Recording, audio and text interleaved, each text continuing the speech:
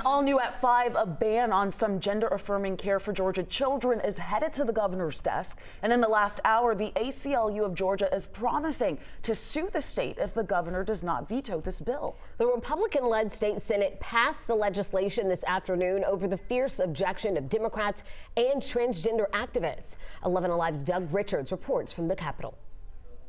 Backers pushed this bill as a child safety issue. Critics said the bill puts transgender children at grave risk.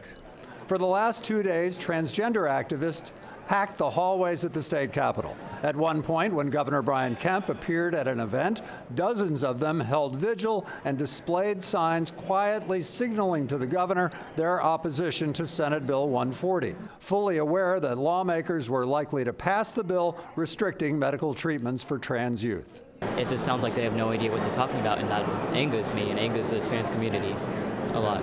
But what we're doing here is we're preventing minors under 18 years old from having irreversible changes in their lives. The bill also leaves doctors subject to sanctions if they provide such treatments.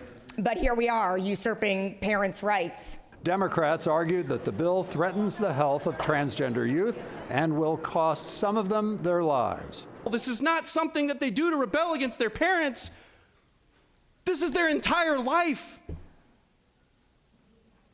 And that's why they take it. That's why they kill themselves when they don't get this care. If we're gonna pick on somebody, let's pick on some people our own size.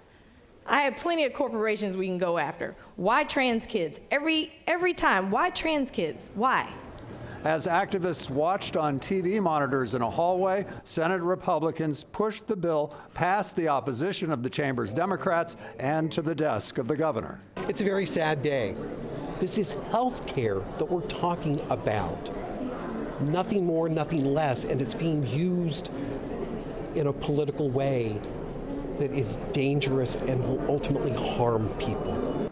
Governor Kemp's office says the governor will review the bill before deciding whether to sign it. If he does, opponents say there will be a court fight. At the Capitol, Doug Richards, 11 Alive News.